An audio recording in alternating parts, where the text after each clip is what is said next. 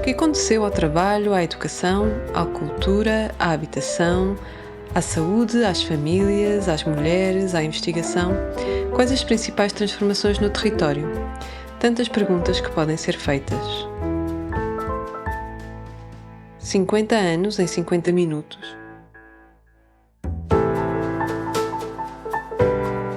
Jorge Malheiros é geógrafo no Instituto de Geografia e Ordenamento do Território da Universidade de Lisboa, onde é professor associado e investigador no Centro de Estudos Geográficos. É neste contexto que desenvolve a sua investigação na área das migrações e dos estudos urbanos, com uma visão crítica.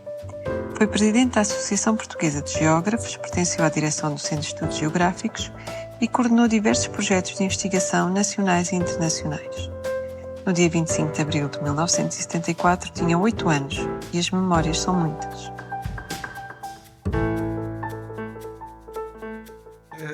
A primeira memória que guardo foi de não ter tido aulas, de não ter ido para a escola. De facto, acho que essa é a primeira memória que guardo, não ter ido para a escola, porque quando ia sair, o meu pai não estava em casa, e a minha mãe disse-me: hoje é um dia em que há movimento e há alguma confusão e não vais à escola. E entretanto a minha mãe saiu também, suponho que ela sim foi para a escola, ela era professora do ensino básico, e por lá se manteve toda a manhã, entretanto suponho que terá falado com colegas, etc, para tentar acompanhar o que é que se passa, o que é que se passava, e depois a minha bisavó, que era quem estava connosco em casa, também ela estava atenta ao que estava a acontecer. Era uma mulher com mais de 80 anos. O que eu digo é que vivi a minha infância e adolescência com uma mulher que nasceu no século XIX e que era maior de idade quando foi a implantação da República. Portanto, ela já tinha vivido a implantação da República, o 28 de maio de 1926, e estava a passar, enfim, a Primeira Guerra Mundial, a Segunda, estava a passar por mais uma grande mudança política, por uma revolução, e portanto estava atento ao rádio. Era uma mulher analfabeta, mas era uma mulher esperta e que tentava compreender as coisas, e percebia que alguma coisa estava a mudar do ponto de vista político, portanto estava atento ao rádio e procurava chamar-me a atenção para o que estava a passar, sobretudo com aquela ideia: este governo vai cair. Portanto, a primeira memória é esta, da manhã, do não ter ido à escola, ter passado a manhã com a minha bisavó a ouvir rádio, o Rádio Clube, creio eu, essencialmente. Depois a minha mãe veio à hora de almoço e à tarde, este é o segundo momento da memória, e à tarde ela diz: isto é um momento simbólico, nós temos de ir ver o que se passa, portanto vamos para o quartel do Carmo.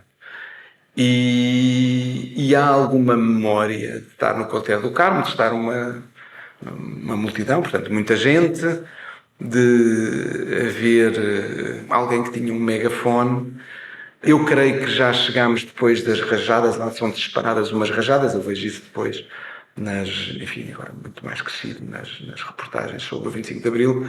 Portanto, estava muita gente, havia ali gente nas árvores. Eu também não consigo distinguir exatamente o que é memória e pós-memória, tantas imagens há sobre a saída do quartel do Carmo.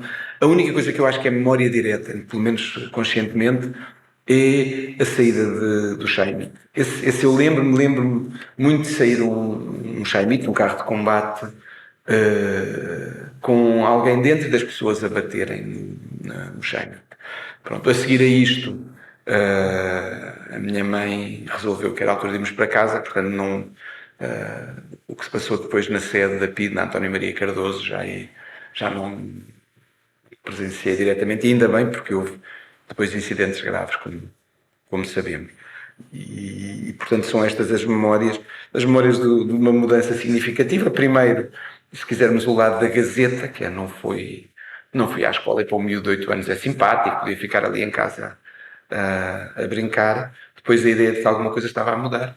E à tarde, este momento mais emocionante, que eu acho que também só tive uma consciência maior, enfim, uns anos depois, não é? Pronto, mas foi as memórias do dia 25 de abril de 1974. Já agora, se posso dizer, isto prolonga-se, porque a outra memória marcante Eu acho que já é do dia 26 de Abril, agora não tenho bem a certeza, porque o meu pai acaba por aparecer em casa já muitas horas depois, porque está envolvido na libertação dos presos políticos de Peniche, do Forte de Peniche. Ele acaba por ficar responsável, digamos assim, enquanto advogado, pelos presos que tinham acrescentado aos crimes enfim, políticos uma componente de delito comum, porque havia alguns que tinham estado envolvidos em, enfim, atos, digamos assim, mais violentos, sobretudo contra agentes da PIDE e DGS. E quando se juntava aqui esta componente, tinha a ver com violência ou eventual homicídio, o responsável pela libertação dos presos políticos disse: bom, todos os que é só delito político, não há problema, mas estes, há aqui mais alguma coisa, tem de haver alguém responsável pela guarda.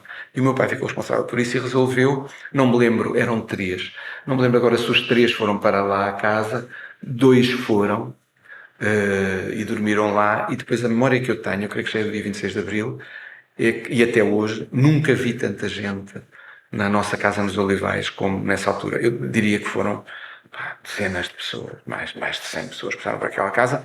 Lembro da minha avó fazer tachos de caldo verde para estas pessoas que iam, sobretudo, falar com os presos políticos e, portanto, todo este rebuliço e este movimento em casa, que a mim me fazia alguma confusão, porque se compreendia pouco o que é que estava a passar, mas houve, de facto, esse dia de uma grande intensidade, de uma grande confusão. A casa tem uma separação entre uma área mais, como várias, uma área mais coletiva, digamos assim, a área dos quartos. Eu acho que refugiei o máximo possível na área dos quartos, mas pronto, de vez em quando lá ia comer ou com aquela curiosidade infantil ver o que é que estava a passar e porque é que de repente uma casa onde morávamos 5 tinha, enfim, dezenas, largas dezenas. Portanto, esta é a terceira memória marcante, digamos assim, que está, talvez aquela que eu posso interpretar hoje mais como associada à ideia de liberdade, porque depois há a explicação, os meus estiveram presos, etc. E eu já tinha tido o meu vizinho de baixo também preso, e aí conhecia bem a história, porque era muito amigo das filhas, ele era na altura enfim, do Partido Comunista Português, e depois foi até membro do Comitê Central, o engenheiro Fernando Vicente, e essa ideia da prisão e da prisão política era algo que não me era estranho, que já, enfim, mesmo que não percebesse muito bem os contextos, já tinha sido referida. E, portanto, a ideia do retorno do Fernando Vicente a casa já deu esta noção da liberdade e depois ampliou-se ali com aquela multidão em torno de 2 ou 3 pessoas que lá estiveram em casa a seguir, ao dia 25 de Abril. Em 1984, 10 anos depois do 25 de Abril, entrou na licenciatura de Geografia e Planeamento na Faculdade de Letras da Universidade de Lisboa, num período que continuava a ser de mudança, mas já com aspectos que abriam horizontes e outras oportunidades para o futuro. Eu acho que estávamos na fase de algum amortecimento do que foi um grande capital de esperança gerado após a Revolução, mas com elementos contraditórios. Eu creio que a seguir à Revolução e naqueles anos o resto de 74 e 75, pensando sobretudo no ensino, enfim, primeiro no ensino básico e secundário e depois na universidade. Por um lado, há uma grande turbulência.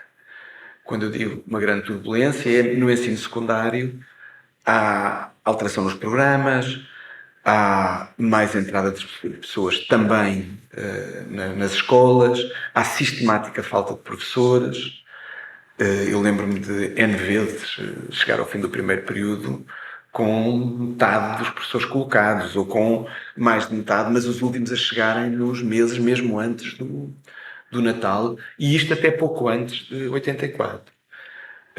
Ao mesmo tempo havia muito, durante estes anos, sobretudo no ensino secundário, muito debate político. Ao contrário de agora, as listas para as associações de estudantes podiam ter às vezes uma lógica suprapartidária, mas tinham uma ligação mais explícita às juventudes partidárias, diria eu, embora houvesse também estratégias de coligação, lógicas unitárias, etc.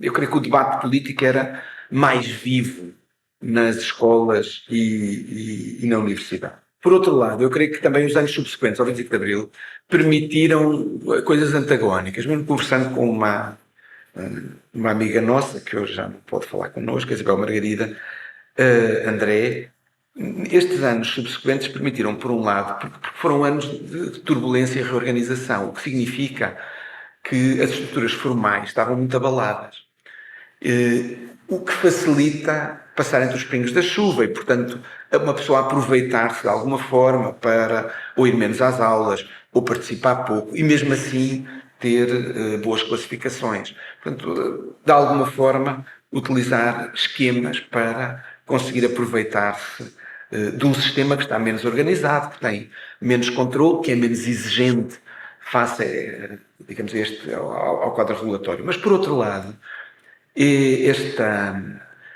se não lermos sobre esta forma da importância que tem às vezes a regulação e lermos sob a perspectiva da flexibilidade, é também o período que permite mais liberdade criativa, liberdade para se experimentar. Porque como as coisas não estão presas por estruturas regulamentares muito fortes e que controlam o pensamento, o formato do que se tem que fazer, o método, eu creio que é um período que permite enorme experimentação.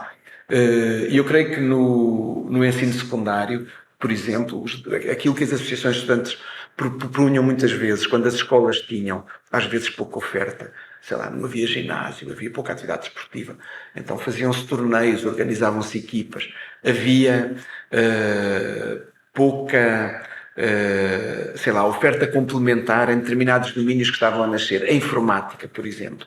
Não é? E então ofereciam-se, a matemática não tinha muitas vezes componentes de programação, elas apareciam ligadas a formações específicas de algumas áreas do ensino secundário. Mas começava a haver interesse pelo computador. O Spectrum era de 81, começava a entusiasmar-nos esta ideia de ter computadores domésticos e baratos, não é? O Spectrum ligava-se a um gravador, ligava-se à televisão, e depois há todo um progresso, o Atari, o Amstrad, essa geração anterior aos PCs que hoje conhecemos, e que espalhou muito a informática. Mas era preciso, nessa altura, precisávamos de programar. Os programas para fazer coisas, em muitos casos, não estavam ainda estruturados. E depois havia também um grande entusiasmo pelos jogos, não há dúvida nenhuma. E eu creio que esta aprendizagem era muitas vezes oferecida complementarmente, para além de haver outros debates, já em relação a questões que ainda hoje nos preocupam. Algumas questões têm a ver com a ecologia, a energia nuclear, por exemplo, ou o risco da energia nuclear. Isto é um período ainda de Guerra Fria. E eu creio que este esforço que se fazia no movimento associativo estudantil em torno destes aspectos, o exigir de uma forma, porque se permitia isto é, a diferença entre as funções no domínio da gestão ou da colaboração para a gestão entre as funções dos docentes e o papel dos discentes, não são funções, mas o papel dos discentes, o nosso papel enquanto alunos, permitia-nos ter uma atividade, por exemplo, das associações de estudantes, mais no sentido de tentar melhorar as condições de trabalho. As refeições não eram muito boas, mas punhamos ajustes nas refeições. Havia questões dos horários, questões que tinham a ver com os espaços. E eu creio que havia um movimento associativo que procurava ser mais proativo nestas atividades e encontrava algum espaço para o fazer. Porque ainda se apanha, mesmo que haja este declínio, ele ainda apanha o resultado do que acontece a seguir ao 25 de Abril e na segunda metade dos anos 70. Pronto. E ao mesmo tempo, em termos de atividade criativa, e eu já não vou apanhar isso muito na universidade, mas é a experimentação no contexto de novas cadeiras. São projetos que introduzem novos métodos de trabalho. Na altura, alguma coisa de métodos quantitativos, mas depois trabalhos muito interessantes. Eu descubro há pouco tempo que uma das coisas que hoje me interessa, que é o efeito de bairro no modo como as pessoas estruturam as suas oportunidades, a sua vida, etc., é estudado logo a seguir ao 25 de Abril por um grupo do Centro de Estudos Geográficos que o designou como efeito de vizinhança. E é uma experimentação nova, e trazem-se professores diferentes, ou a questão da difusão de inovações, trabalhos na área daquilo que nós chamaríamos de geografia social e política, os trabalhos na geografia eleitoral que vários fizeram, trabalhos na área da estrutura de classes territorializada, com sei lá, o contributo do João Ferrão, por exemplo, preocupações com questões da habitação por vários geógrafos, a Teresa Prata Salgueiro, Jorge Gaspar, experimentação nas aulas, não é? O poder compactar as aulas, procurar reforçar as pontes entre a investigação e as aulas, num contexto em que entraram muito mais alunos. Eu creio que foi também um espaço de enorme oportunidade. Portanto, permite que haja, se calhar, digamos, chamemos-lhe assim, oportunismo, não é? Aproveitar a menor regulação, mas depois permite, e esse é o lado mais interessante, a expressão da criatividade, da experimentação, que é o que permite dar saltos em termos de inovação social, mudança das relações sociais e investigação. As dinâmicas migratórias do país foram-se alterando ao longo dos anos. É um período em que as questões migratórias se traduzem em muitas alterações. Esse virá a ser um tema que me começará a interessar, não é logo em 84, é mais em 87, 88, 89, mas há muitas alterações. A primeira, que tem um impacto enorme, outra vez as experiências de criança no contexto do 25 de Abril. Não é logo no dia 20, esta não é do dia 26 ou do dia 25, será dos meses subsequentes e sobretudo de 1975. E que deixa marcas, que é o retorno das ex-colónias. A marca visual é que na altura havia menos prédios à volta do nosso prédio nos Olivais, ele fica num sítio alto, e via-se uma parte do aeroporto. E é instalada, próximo de uma das pistas, um daqueles insufláveis gigantes que recebia as pessoas que vinham da ponta aérea, ou das pontes aéreas de Angola e de Moçambique, sobretudo, e que depois muitas eram reinstaladas, enfim, em tudo o que havia de casas, enfim, de alojamento público disponível pelo país e alojamento privado em hotéis, pensões, etc. Porque estamos a falar num período curto de mais de 500 mil pessoas. Eu acho que esse é o primeiro impacto.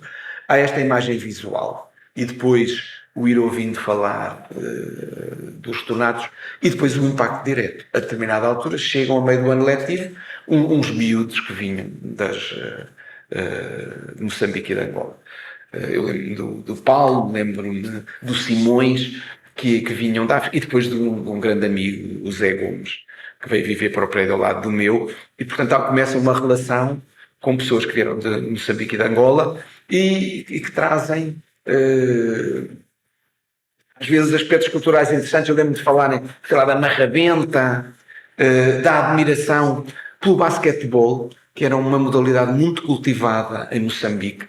De resto, há uma equipa do Sporting que tem, por exemplo, o Carlos de Lisboa, que vai ser depois treinador do Benfica, grande jogador do Sporting e do Benfica, e quase todos vêm de Moçambique. E, portanto, eu lembro disto, da música, desta componente no desporto, bem, e depois também nas minhas relações pessoais, acabei por ter algumas namoradas que também vieram de Moçambique, sobretudo, nessa altura. E, portanto, do ponto de vista do impacto social, não é um livro do Fernando da Costa que se chama Os Retornados que Mudaram o País, não há uma vez mais, capacidade de análise estrutural do que é que está a acontecer e do impacto que vão ter quando se instalam no interior e às vezes têm criatividade e algum apoio financeiro para conseguir criar empresas mais novas na área alimentar, às vezes no ramo da confecção, estão ligados à fundação de algumas universidades do interior,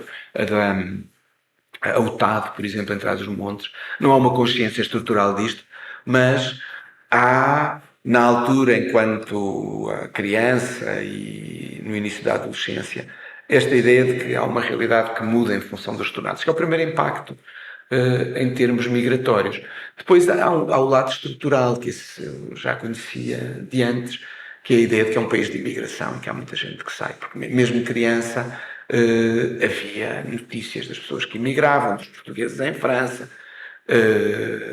dos portugueses irem para a Alemanha, e portanto essa é uma realidade migratória de que eu estava consciente, mesmo enquanto criança. Eu sabia que havia a imigração, aprendia na escola, mesmo na escola primária, ouvia-se falar enfim, na quarta classe, que era isto da imigração. E a seguir ao 25 de Abril há retorno. Não é? Há retorno, por um lado, das pessoas que estavam como exiladas políticas, retorno sobretudo da Europa, e há também algum retorno de imigrantes, porque o 25 de Abril quase coincide com o período em que fecha o grande ciclo migratório europeu. Não é? A crise económica de 1973, não é que é mais do que uma crise do petróleo, mas que se intensifica por causa do aumento dos preços do petróleo, que está dependente toda uma parte do sistema produtivo dos países mais avançados nessa altura, mas que depois claramente está relacionada com um momento de desajuste entre a oferta e o consumo. Essa crise acaba por fazer com que não é aquele ciclo de capitalismo feliz que o Jean Forrastier chamou os 30 gloriosos, chega ao fim. E ao chegar ao fim, as necessidades de mão de obra que tinham justificado o recrutamento dos chamados trabalhadores convidados um pouco por toda a Europa Ocidental, enfim, com formatos um pouco distintos, e que vai muito buscar a Europa Mediterrânea, primeiro do Norte, Itália, Espanha, Portugal, Grécia, e depois um pouco no Sul, seja travado. As saídas migratórias diminuem. Há também um capital de esperança, a revolução, a democracia, etc., o que também ajuda aqui internamente as pessoas que irão ficar. E há retornos. Primeiro porque começa a haver crescimento do desemprego nestes países, depois porque há auxílio a retorno no caso de alguns, e alguns portugueses em França utilizam esse auxílio ao retorno. E, portanto, há também aqui uma mudança do ponto de vista das migrações e, digamos que um último retorno das ex-colónias, travagem da imigração para a Europa com retornos, e o terceiro pilar é o começo, digamos assim, da imigração africana, mais para o final da década de 70. Portanto, é uma mudança importante e, de alguma forma, não é, muda o saldo migratório do país, sobretudo por causa do retorno. Ele que era negativo na década de 70, 60, tínhamos perdido população, volta a ser positivo, francamente positivo. E é o retorno das ex-colónias que marca isso. Que é um desafio notável, é bom também dizer isto, é um desafio notável. Um país em completa convulsão política, no meio de uma crise económica internacional muito grave. Talvez não tanto como a 2007, 2008, mas muito grave. Receber 500 mil de pessoas e conseguir acomodá-las, com tensões, sem dúvida nenhuma, e com um movimento que, para quem regressou das ex-colónias, é um movimento muito duro, é um movimento de perda muito duro. Agora, seria sempre complicado, mas se o regime anterior tivesse sabido fazer uma transição para as independências, como fizeram os outros países, no momento devido, ter-se-ia mitigado substancialmente o modo como as coisas aconteceram depois, sobretudo para quem veio da África em 1975 e nas circunstâncias em que veio. É muito duro, eu acho que não temos uma descolonização exemplar, não temos uma descolonização traumática, é a descolonização, creio eu, possível, e compreendo a dureza que foi para quem veio muito rapidamente, de uma forma não preparada, mas eu acho que as coisas têm de ser feitas no seu contexto e no seu tempo. Seria sempre complexo, assim foi pior. As dinâmicas migratórias e os processos políticos intensificaram-se, e a investigação em torno da segregação, das desigualdades sociais, da injustiça social ou da distribuição dos recursos no território tornaram-se basilares para a compreensão de muitos processos a diversas escalas.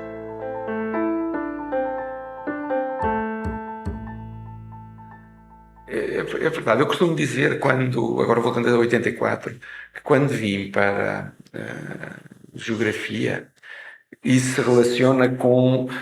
Tenho 18 anos, portanto há aqui há uma preocupação grande com as questões das desigualdades, é verdade.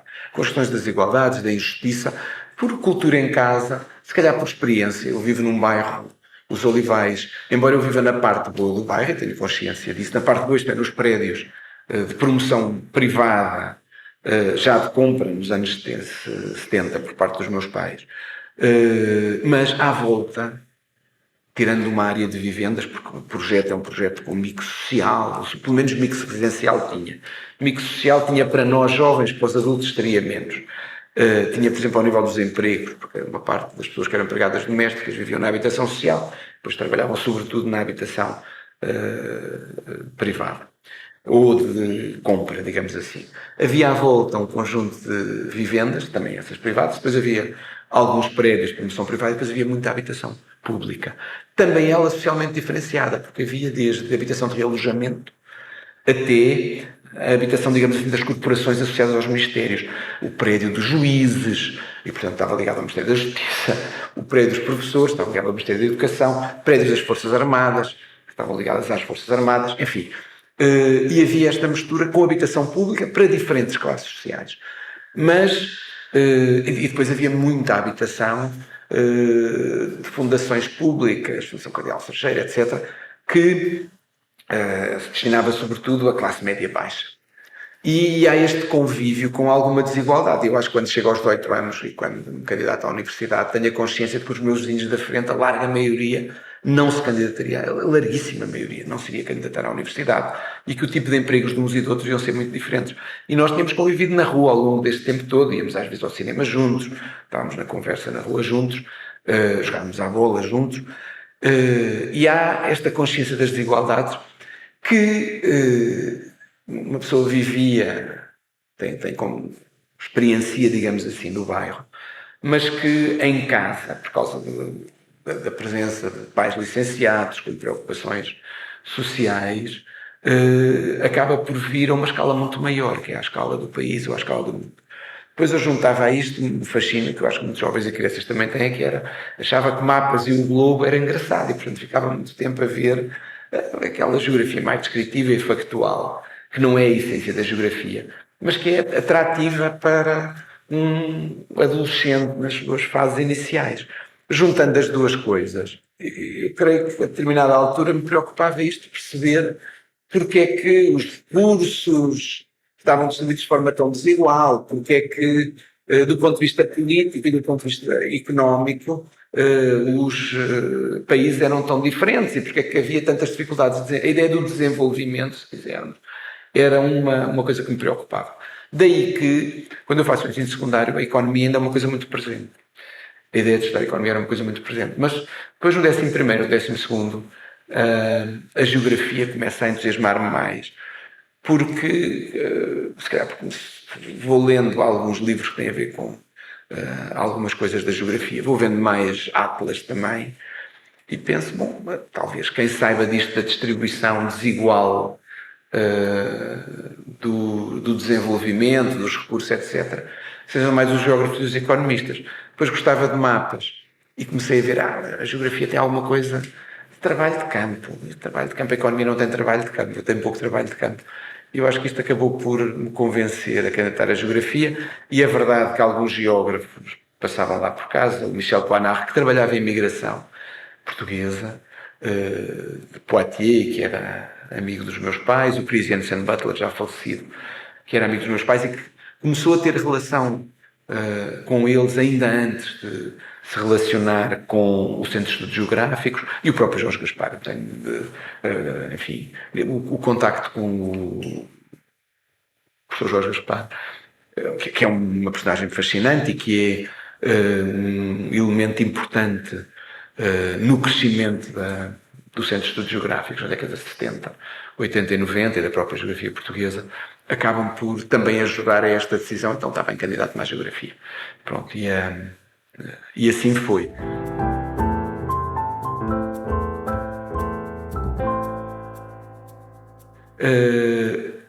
E depois, a temática da geografia social acaba por estar muito presente nos trabalhos, sobretudo a partir dos últimos anos do curso. A diferentes escalas. Pronto, a desigualdade no espaço urbano e a análise de determinado tipo de problemáticas no espaço urbano, a habitação, a criminalidade, não é? As geografias da criminalidade, a percepção de criminalidade, a diferença entre as áreas de ocorrência dos delitos e as áreas de residência de quem os comete, o que dá uma noção da geografia social associada a diferentes tipos de processos.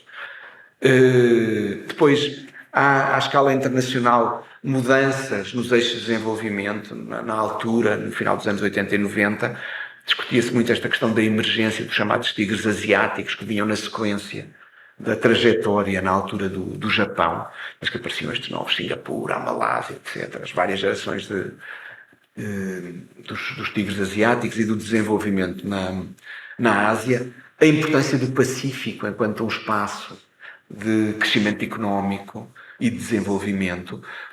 Também me interessava isso a essa escala, e depois questões regionais, a desigualdade entre as regiões, os processos políticos ao nível regional, sempre com uma estrutura, não é, os círculos eleitorais portugueses se mantêm inalterados desde 75, o que neste momento é claramente um anacronismo, que se mantém alterados desde 75, acabam por causar também a mim fascínio de perceber porque é que os padrões de voto eram tão diferentes nas várias regiões. Eu lembro-me de, ainda jovem adolescente, passar, na altura levava mais tempo a contagem dos votos, passar horas esquecidas a ver como é que progredia a votação, as diferenças entre os distritos e tal. E isto, por um lado, ensinou uma geografia descritiva, mas ao mesmo tempo traduzia-se nesta preocupação com as questões dos processos políticos. Eu diria que o interesse pela geografia social e económica, de alguma forma, social, económica e política, se pensarmos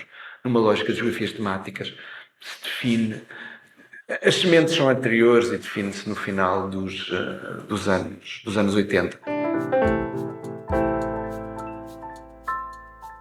E a própria mudança em Portugal nesse período, no sentido de proporcionar melhores condições de vida à população e haver todo um discurso que procurava juntar liberdade com condições de vida, não é? Só a liberdade a sério quando houver a paz, o pão, o povo, enfim. Paz, o pão, a habitação, como diz o Sérgio Godinho. Eu acho que isso acabou por marcar muito os meus interesses no âmbito da geografia e, portanto, na questão da territorialização destes processos de desigualdade, injustiça, acesso aos recursos no território, que depois vão estruturar teoricamente a seu tempo, digamos assim. As migrações acabam por ganhar maior importância no trabalho de Jorge Malheiros. Pronto, nós acabamos às vezes por nos especializar, uns mais, outros menos, e eu creio que a geografia nos últimos tempos tende a ser cada vez mais especializada. Eu diria até às vezes exageradamente especializada. Se há uma área de alguma especialização, ela é a das migrações, e isso acontece no mestrado. Há um interesse em alguns trabalhos, num outro trabalho final, ali nas cadeiras de licenciatura, mas é sobretudo com a tese de mestrado que o trabalho de investigação na área das migrações começa e depois se vem prolongando ao longo de 30 anos. A escolha na altura é as migrações para Portugal e enquadra-se no âmbito de uma transição. Nós há bocado falámos nos anos 70 como esse período em que houve várias mudanças no quadro migratório. Os anos 80 são de algum retorno de comportamentos migratórios do passado.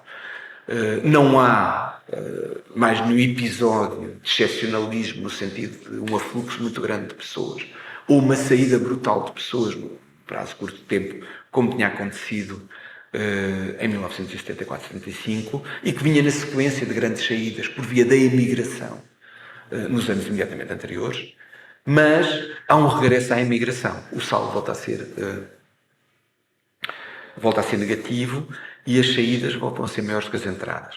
Vai-se estabelecendo, ou vão começar, as redes migratórias dos PALOP vão começar a avançar e para o final da década outras coisas começam a movimentar, como a imigração brasileira com I, que tinha sido um destino migratório dos portugueses durante décadas, começamos a ter a reversão e o Brasil começa a ser olhado como um destino migratório para Portugal, começa a ser olhado como um destino migratório para os brasileiros, primeiro os mais qualificados, os odontologistas, alguns informáticos, especialistas em marketing, alguns que fizeram carreira cá se tornaram famosos, por exemplo, no marketing político. Tudo isso começa a acontecer na segunda metade, final dos anos 80. Também na sequência da entrada de Portugal para a União Europeia em 1986. embora não tenha havido neste período um fenómeno excepcional, a questão das migrações começa aqui a mudar e no final dos anos 80, consolidando-se mais ou menos na altura em que eu entrego a tese de mestrado, que é, creio eu, janeiro de 93, há a transição de Portugal da imigração para a imigração. Há um livro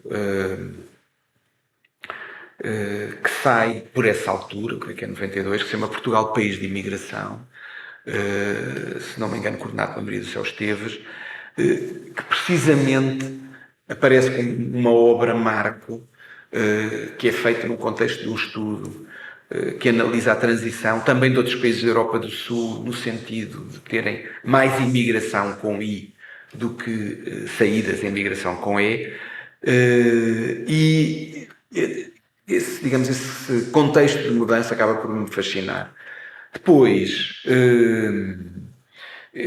havia várias pessoas que, como disse há bocado, que tinham vindo da África que eu conhecia, portanto há aqui também um lado pessoal de me interessar por este processo de mudança, que, como eu disse, acabou por, do ponto de vista cultural, do ponto de vista das próprias relações sociais, da geografia, não é? Não tendo estado em nenhum dos PALOP quando fiz a tese de mestrado, havia um fascínio pelos PALOP à distância. Já tinha feito, no contexto de cadeiras da licenciatura, algumas análises sobre espaços da África de expressão portuguesa.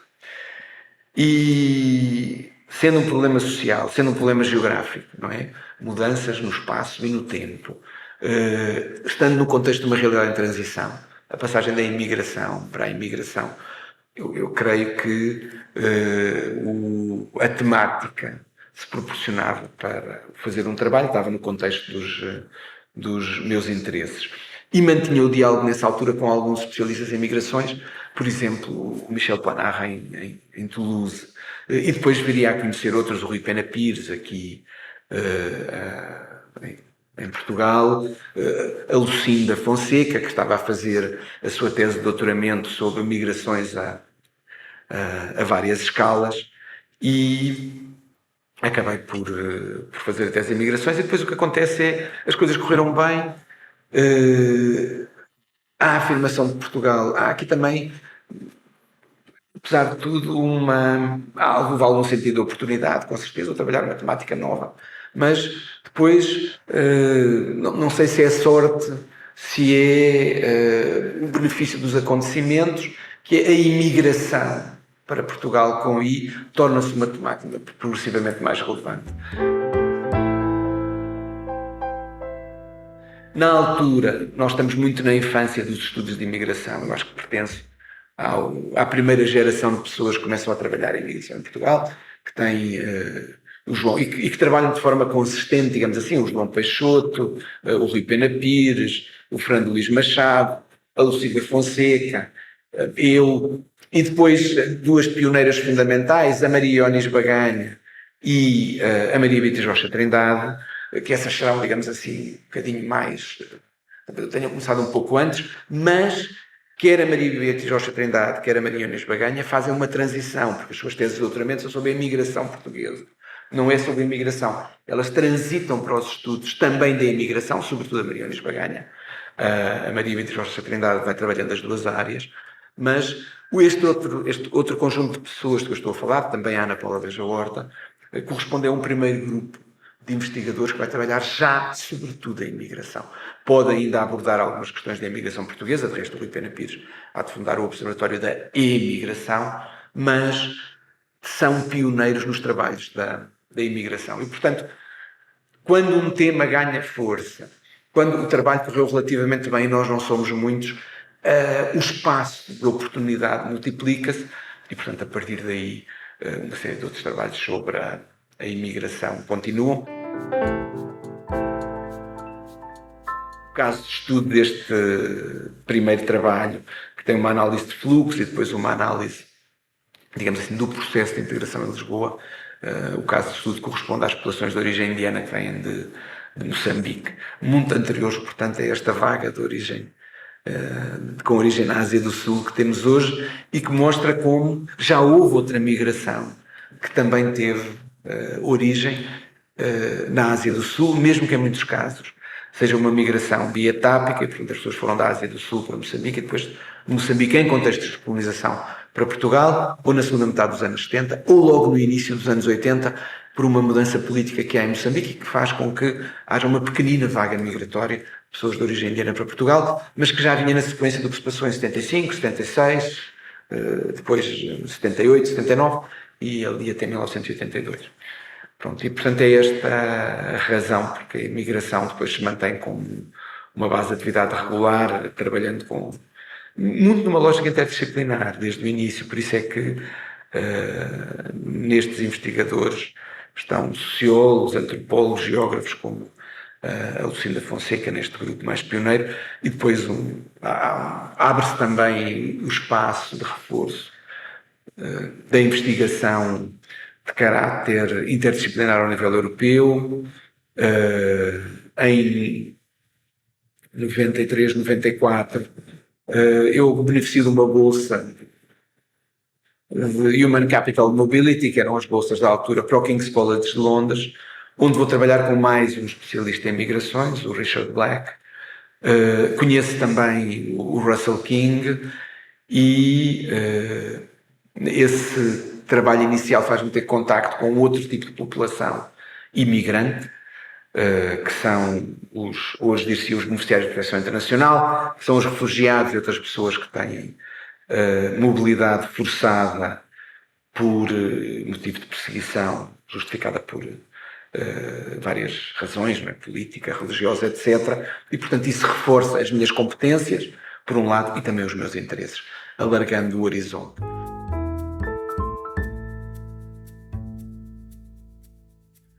Mais tarde, isto continuará com o reforço das ligações, sobretudo à América Latina, e em particular ao Brasil e ao México. O México também funcionará como um grande espaço para a aprendizagem dos processos migratórios e ajuda depois a descolonizar um pouco o meu pensamento, muito formado na academia europeia, e depois o contacto com a academia mexicana alarga o horizonte, mesmo nós sabemos que as academias do Sul são obviamente elas próprias também muito formatadas, sofrem influências muito fortes das academias do centro.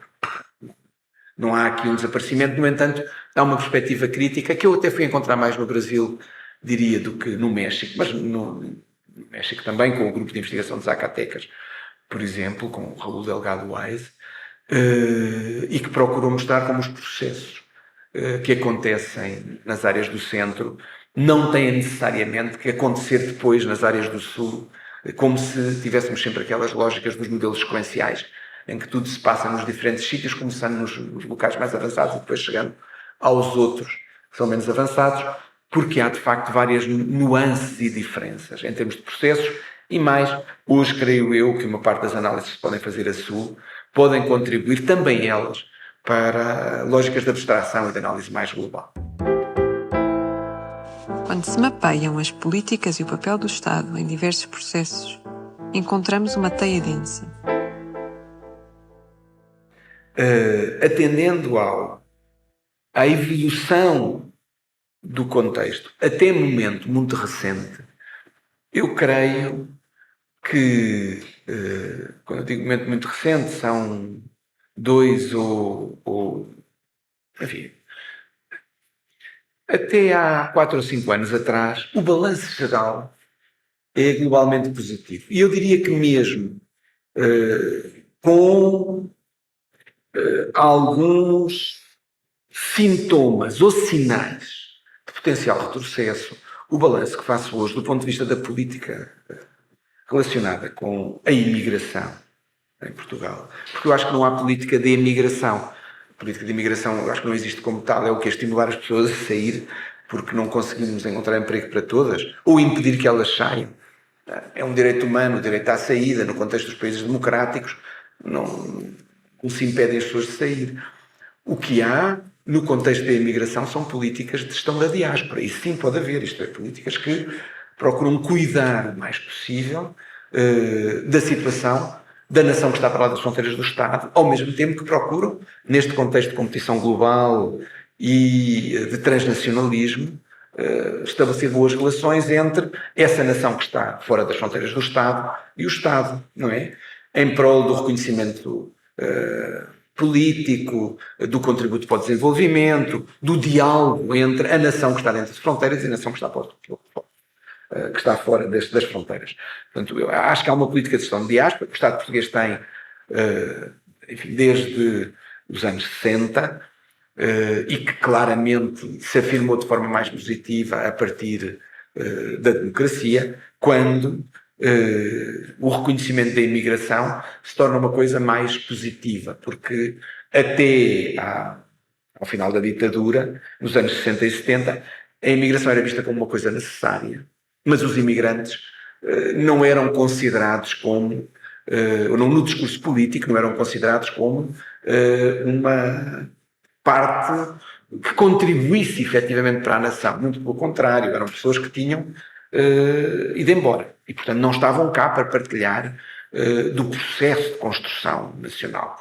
O discurso muda muito a partir de 74, 75. De resto, é significativo que o 10 de junho passa a ser também, já era uma espécie de dia da raça, etc., passa a ser dia de Portugal, claro, mas depois das comunidades, que é um reconhecimento do seu significado, assim como o facto de termos logo, a partir das eleições, das primeiras eleições parlamentares, 4 deputados eleitos pelo ciclo da imigração. O problema hoje é que continuam a ser 4 e o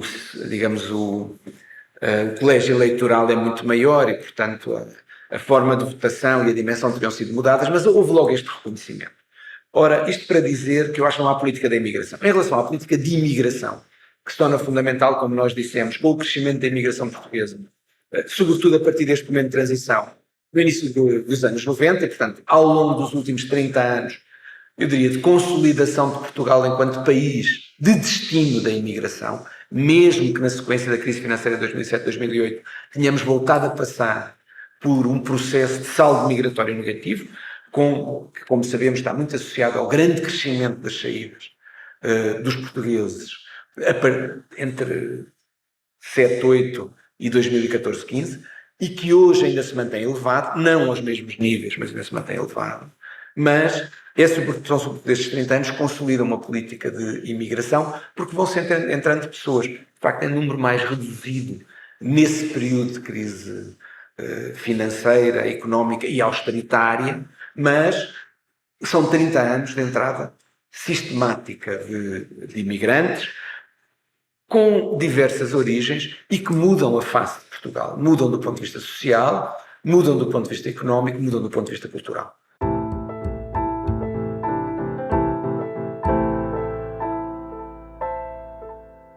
Aquilo que eu estava a dizer é que creio que se consolidou bastante ao nível do sistema de regulação e, portanto, da legislação, o processo de igualdade de direitos entre nacionais e estrangeiros. E isso é bastante positivo. Portanto, ao nível dos direitos económicos, acesso ao mercado de trabalho, direitos na educação, acesso à saúde, inclusive para imigrantes em situação irregular, creio que se andou bem, de alguma forma, garantindo uma igualdade de direitos. Como eu digo, no plano da regulação, no plano formal. Depois também creio que se avançou bastante em termos do acesso à nacionalidade portuguesa, que é um elemento importante em termos de integração. Não resolve tudo, não é? Porque não basta ter a cidadania portuguesa para depois ter toda a informação sobre a sociedade portuguesa, para não ser objeto de discriminação, etc. Mas a cidadania portuguesa garante logo a igualdade no plano formal em todos os direitos.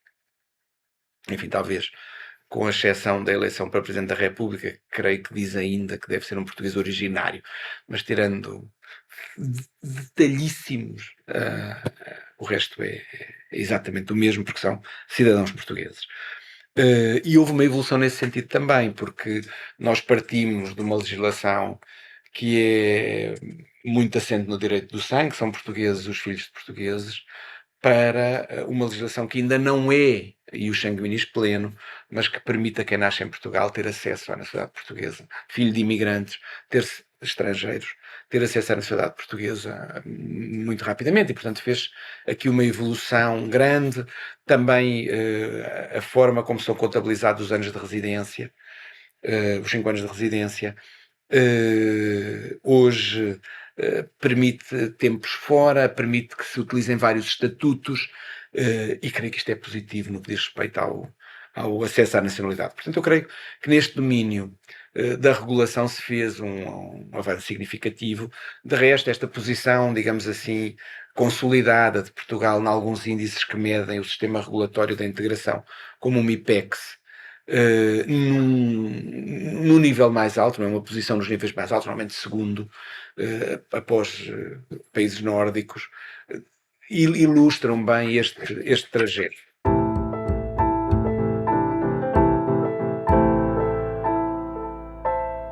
Depois, mesmo ao nível da implementação, da implementação da política de integração, eu creio que Portugal tem andado relativamente bem. Porque, por exemplo, a existência de planos de integração de imigrantes ao nível nacional, que agora não se chama assim, porque é o instrumento que permite pôr em prática as medidas previstas no Pacto Global das Migrações, para uma migração segura, regular, etc., das Nações Unidas, e, portanto, há um conjunto de medidas que estão em linha com este Pacto das Nações Unidas, e Portugal foi dos primeiros países a aderir ao pacto e depois a tentar transpor para uma legislação nacional esse pacto, que substituiu de alguma forma os planos de integração que existiam anteriormente, e tem uma ambição maior, porque também tem componentes de regulação dos fluxos, que é o outro pilar das políticas migratórias. Mas estes planos são importantes, primeiro, porque estabelecem um conjunto de medidas que procuram garantir que determinados direitos, por exemplo, no domínio da saúde, sejam colocados em causa. Que disparate. Sejam concretizados, não é nada colocados em causa. Portanto, permitem que determinados direitos no domínio da saúde sejam concretizados. Por exemplo, que haja maneira de os médicos terem acesso a possibilidades de tradução para poderem falar com os imigrantes. Que haja formação para profissionais de saúde em relação a questões culturais que interferem, por exemplo, em processos de diagnóstico, ou nas práticas das pessoas em relação à saúde. Noutro domínio, por exemplo, na educação, todo um esforço com problemas e limitações muitas vezes, como na definição dos horários, às vezes na própria constituição das turmas, mas todo o esforço que é feito no ensino da língua portuguesa para adultos. E eu creio que estas medidas e a sua inscrição nos planos ajuda a concretizar os desideratos que estão por trás de uma ideia de igualdade de direitos. Além disso, tem um outro aspecto fundamental, que é gerar comprometimento da parte das entidades públicas, ao nível do governo, claro, mas depois também ao nível das autarquias, que muitas vezes elas próprias também fazem os planos municipais, em de resto já tivemos a oportunidade de colaborar. E este comprometimento das entidades públicas significa que elas têm de fazer alguma coisa, uma vez que criam um instrumento, e o instrumento tem medidas, tem ações, e as entidades públicas de algum modo devem colaborar, porque algumas das medidas exigem cooperação institucional, noutros casos fazem-no mais individualmente, mas em princípio, definindo medidas e ações e um horizonte de execução, têm de as executar. É isso que é a boa política pública, e eu creio que este é um aspecto também fundamental, porque concretiza o caminho para a tal igualdade e a garantia de direitos, que para mim é o elemento fundamental da integração. A integração não é uma lógica assimilacionista, não é a perda de identidade.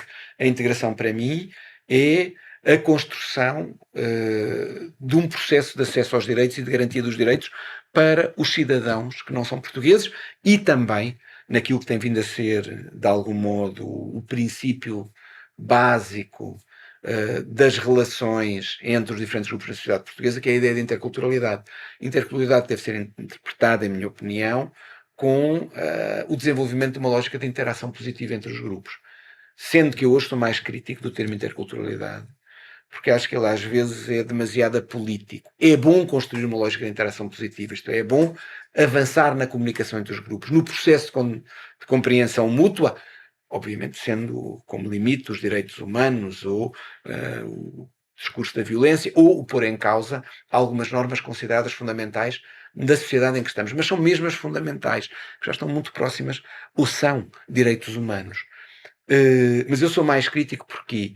Porque, embora continue a crer nesta promoção da interação positiva, ela não se pode fazer sem componentes de compensação. Isto é, quando nós temos dois grupos que estão numa posição assimétrica e hierárquica, em que um tem óbvias vantagens do ponto de vista, por exemplo, do domínio dos instrumentos políticos ou do sistema de informação sobre o outro, isto é, quando os autóctones dominam mais do que os imigrantes, nós temos de fazer aqui um processo de leverage, de empoderamento do grupo mais frágil. Não basta a interação positiva, tem de haver também aqui uma lógica que combate a discriminação, que garante a efetiva igualdade de direitos, que garante o acesso à informação. Portanto, não pode ser uma interculturalidade apolítica, tem de ser uma interculturalidade com uma componente política. Esse é o elemento que eu hoje critico mais na interculturalidade, continuando a pensar que é a melhor perspectiva.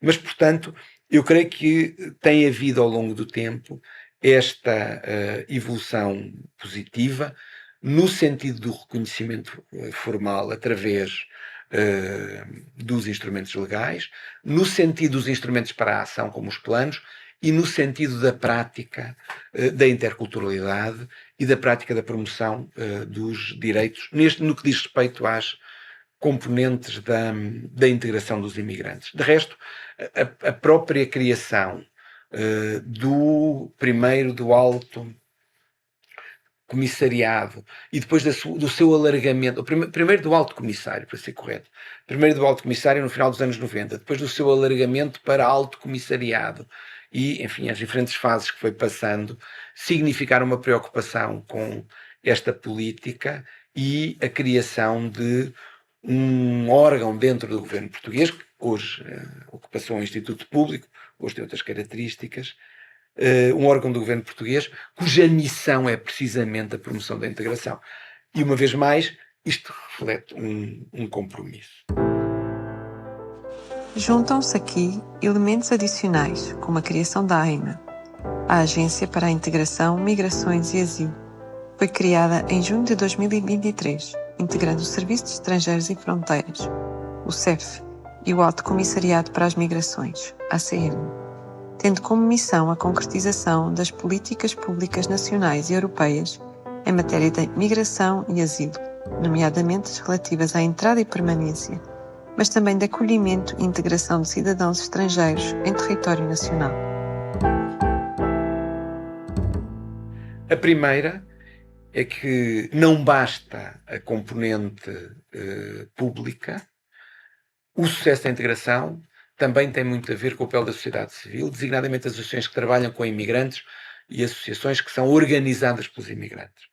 E são este conjunto de entidades que também promove um papel fundamental, por exemplo, na exigência de direitos e de igualdade, com um conhecimento por dentro e, sobretudo, com uma experiência muito maior do que é que são as situações de desvantagem e de como é que elas devem ser ultrapassadas. E, portanto, este papel de reivindicação do tecido associativo imigrante e das organizações que trabalham com os imigrantes tem sido essencial. Para além depois dos serviços que prestam, em termos do apoio à procura do emprego, do apoio social que dão, da orientação nos processos de regularização e a articulação que fazem com as entidades públicas, por exemplo, adotando centros locais de apoio à integração, que são uma estrutura que complementa os centros nacionais do Alto Comissariado e que estão colocados muitas vezes ou em municípios ou em entidades da sociedade civil.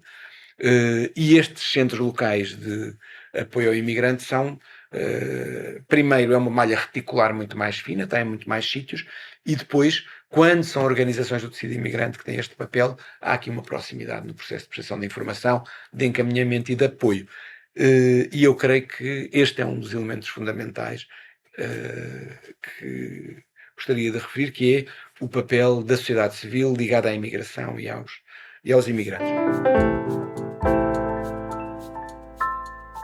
Um segundo é, se quisermos, um primeiro toque de crítica, que é, eu creio que apesar da boa relação, talvez fosse possível ter incorporado mais as exigências do tecido associativo imigrante na formulação das políticas.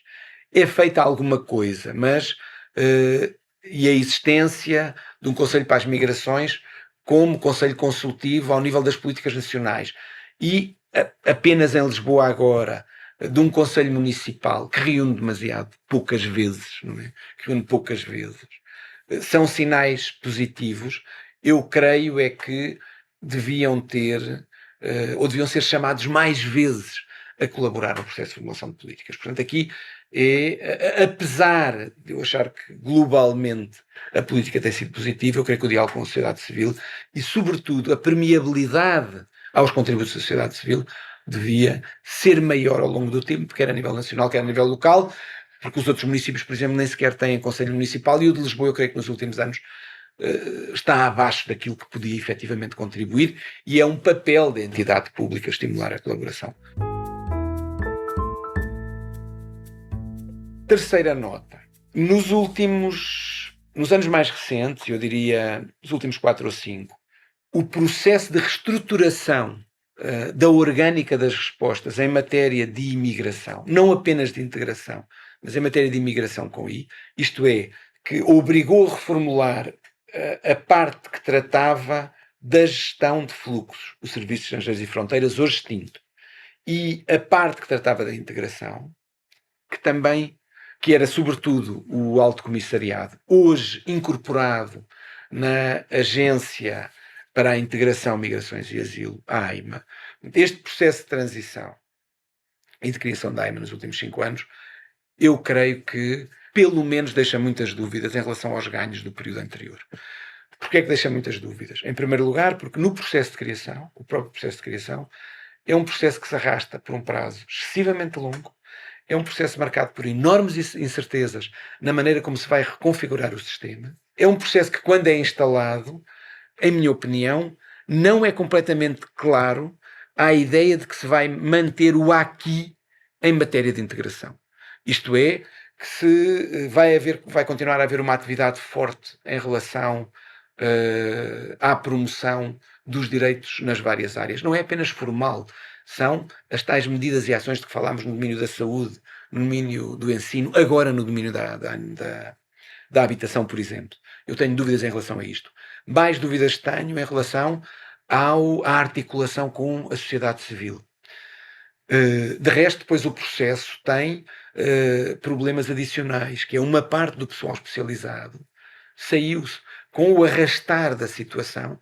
Alguns dos técnicos foram para outros serviços, alguns dos polícias do Serviço de Estrangeiros e Fronteiras foram para outros serviços. E eu já falarei do que é que penso em relação à componente policial. Mas eram pessoas com experiência e, em muitos casos, pessoas com sensibilidade para a questão. E, portanto, há aqui uma perda de recursos humanos válidos também. E, para concluir, com uma reestruturação tão complexa, que se arrasta durante tanto tempo e que leva muito tempo a estabelecer-se, não é? São 3 anos a pensar, ela é estabelecida em outubro do ano passado, com todas as dúvidas deste processo de extinção, não é? Temos aqui depois uma contradição que ainda evidencia mais as dificuldades, que é no momento em que a imigração retoma um crescimento significativo, nós temos a estrutura basilar, sobretudo o CEF, em profunda mudança, o que diminui a sua capacidade de resposta. Primeiro porque há dúvidas sobre como vai funcionar, depois porque uma parte das pessoas saem. Ora, no momento em que a procura aumenta, tornar mais difícil o lado da oferta terá inevitavelmente como resultado um déficit da resposta. É por isto que se acumularam N solicitações de renovação de autorizações de residência, de novos pedidos de autorização de residência, ainda por cima.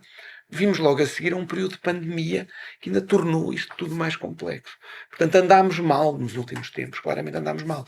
E já com a instalação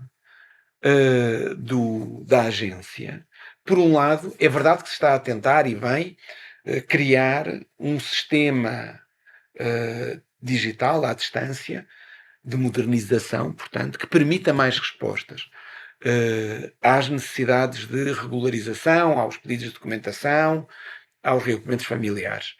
Mas nestes meses, aparentemente, apesar dessa tentativa, e ela é meritória, temos tido muitas dificuldades e muitas queixas. Além de que isto tem desviado uma parte dos recursos para a questão da legalização, reduzindo a capacidade de resposta ao nível dos outros domínios da integração. O tal AQUIS em que Portugal era reconhecido e em que me parece que tinha andado bastante bem no contexto da Europa Ocidental, sobretudo, não é? Ou do mundo ocidental, se quisermos.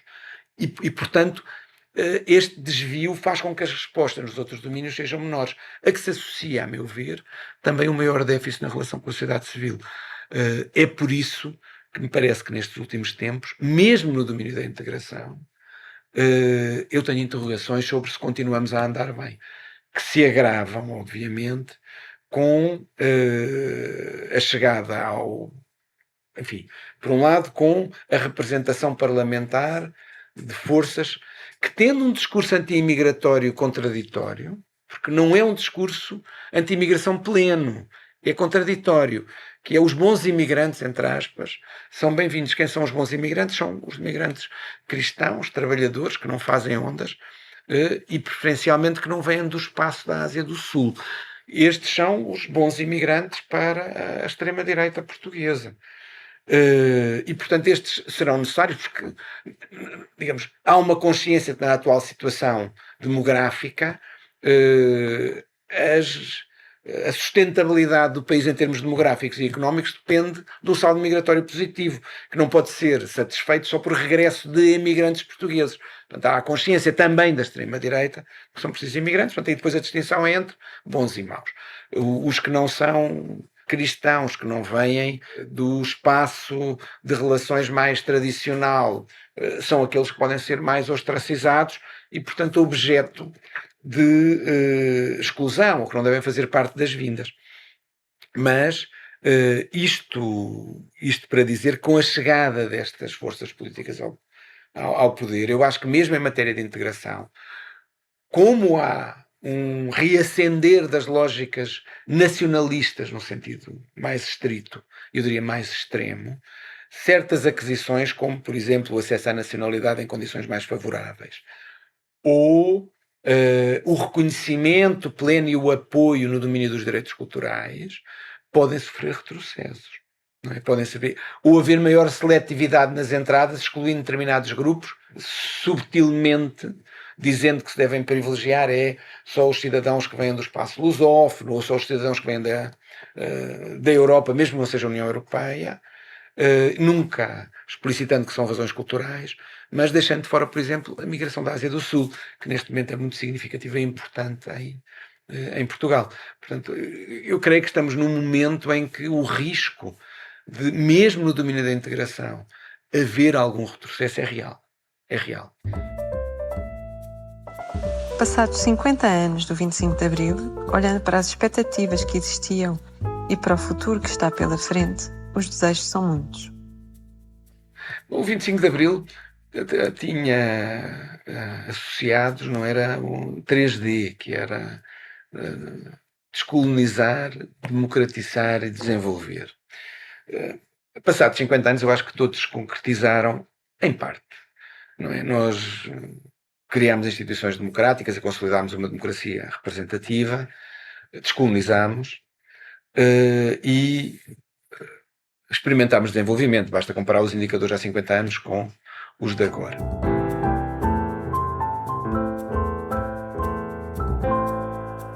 A descolonização formal foi feita. Mas eu creio que neste plano que tem a ver com, há quem não goste, mas eu acho que a expressão é clara, no mundo dos Estados que falam português, eu creio que se deve fazer um trabalho grande de consolidação do espaço geopolítico. Isto é, acho que o espaço geopolítico da CPLP deve ser um espaço a consolidar fortemente.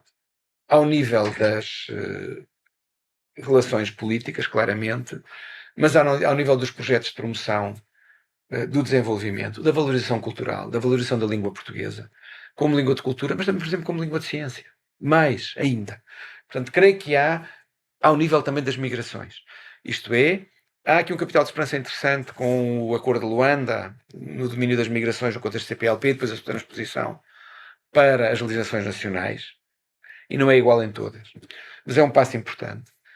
E eu creio que as relações no espaço lusófono, ou no espaço da comunidade dos países de língua portuguesa, se devem reforçar.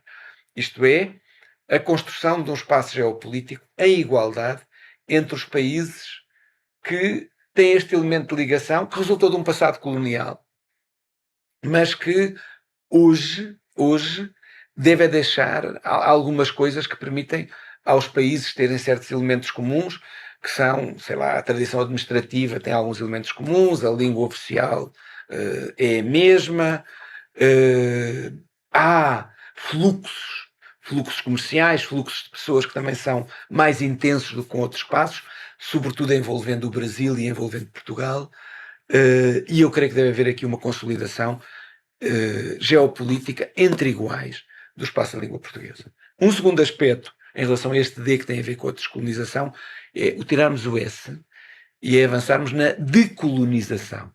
Na decolonização das mentes, por exemplo. Eu acho que nós conseguimos descolonizar formalmente, mas não decolonizamos no sentido de que nos saia da cabeça algumas ideias que ainda têm, que são herdadas de um lusotropicalismo mais ou menos benévolo, mas que depois acabam por corresponder a expressões de superioridade ainda dos povos sobre os outros, do ponto de vista cultural ou intelectual, a formas de racismo mais ou menos subtil que não desapareceram na sociedade portuguesa. E esta decolonização das mentes, que tem de acontecer aqui, mas nos outros países também, no Brasil, em África, e que é um caminho essencial para acabar com as lógicas de discriminação étnico-racial. E eu acho que esse é outro trabalho que eu espero que os próximos 50 anos consigam consolidar. Isto em relação ao D da descolonização.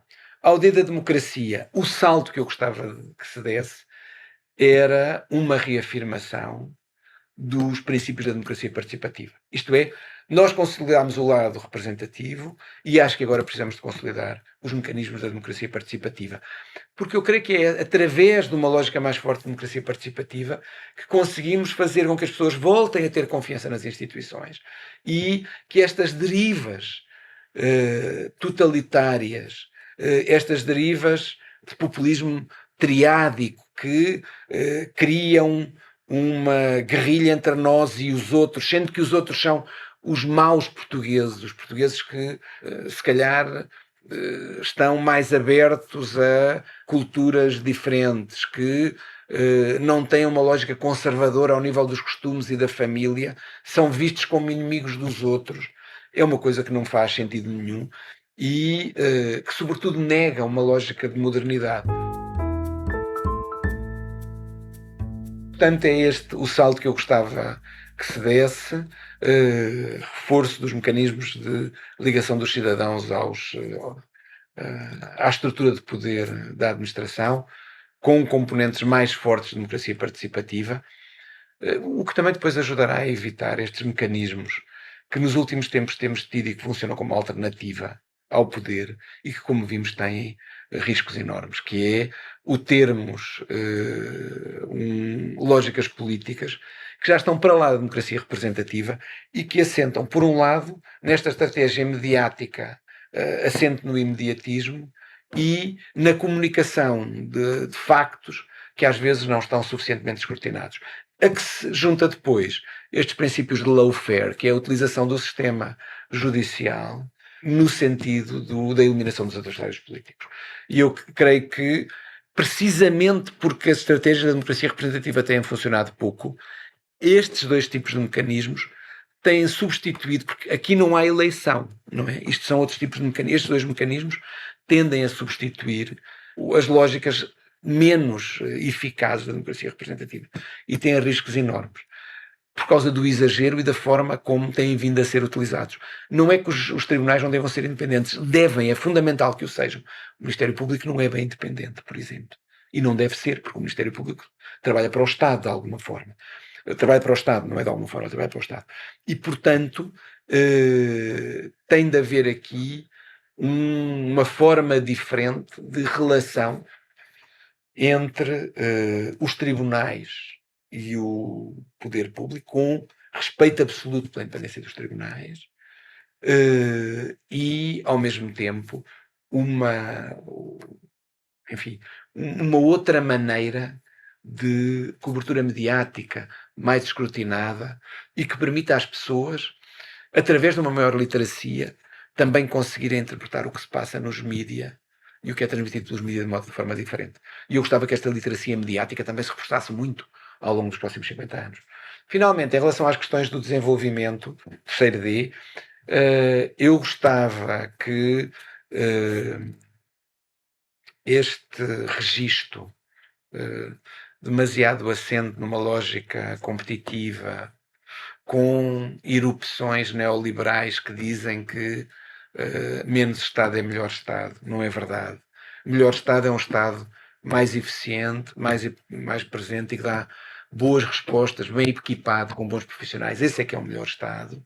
E, portanto, que este tipo de lógicas que têm muitos destes princípios neoliberais da competitividade, do menos Estado, uma crença nas instituições privadas, se dessem lugar a um sistema que faça da promoção da igualdade, das lógicas da redistribuição, do estímulo ao desenvolvimento, nos planos todos, no plano económico, mas também no plano social, no plano da inovação tecnológica, social, etc., um grande desiderato, tendo em conta as diferentes transições em que nós estamos envolvidos.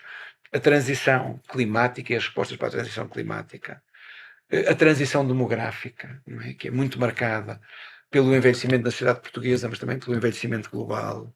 A transição tecnológica, não é? A desmaterialização da sociedade, etc. E, portanto, que estes processos de transição, de alguma forma, sejam incorporados na maneira como concretizamos o processo de desenvolvimento e que estes pilares de justiça, igualdade, redistribuição, sejam liberdade, que é muito importante, sejam assumidos de forma relacional, sem que, por exemplo, a justificação para a existência de liberdade leve a que ela se sobreponha, por exemplo, à desigualdade. Isto é, que a recuperação destes princípios se faz numa lógica clara de relacionamento entre eles e não de sobreposição de aos outros, o que gerará inevitavelmente injustiças. Isto é, a imposição também de princípios de absoluta igualdade podem se traduzir do ponto de vista da nossa liberdade política em grandes restrições. A história ensinou-nos isso. E, portanto, da mesma forma que o argumento da liberdade, quer ao nível dos costumes, quer ao nível depois das práticas económicas, desregulando os mecanismos do Estado. E o Estado é fundamental aqui porque é aquele que diz que todos os cidadãos, sem lógicas seletivas, devem ter aqueles direitos e o acesso às coisas. E isso é fundamental. E, portanto, só com esta consideração articulada dos vários princípios é que eu acho que avançamos no sentido de um desenvolvimento justo para todos. E eu espero que os próximos 50 anos tragam isso. Mas tenho receio. Acho que temos primeiro de superar estes anos mais próximos, que são em que assistimos a, por exemplo, um apelo à lógica belicista que não se via há muitas décadas. E isso é um risco enorme para a humanidade, como sabemos. Eu acho que este apelo à lógica belicista, este sintoma que tivemos de crise financeira há apenas 15 anos, e que é apenas, segundo os economistas, semelhante ao que se passou em 1929, não sei se semelhante, tão gravoso como. E depois esta escalada belicista, ainda por cima também com uma pandemia, como aconteceu em 1917, não é? Cria um caldo que mostram que, ainda antes de pensar nos próximos 50 anos, os próximos 5, 10 são decisivos para a história do país e para a história da humanidade.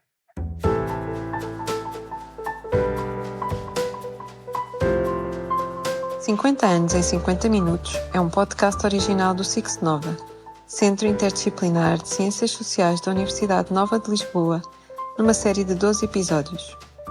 Eu sou Ana Estevães, responsável pela ideia original, investigação, produção e escrita.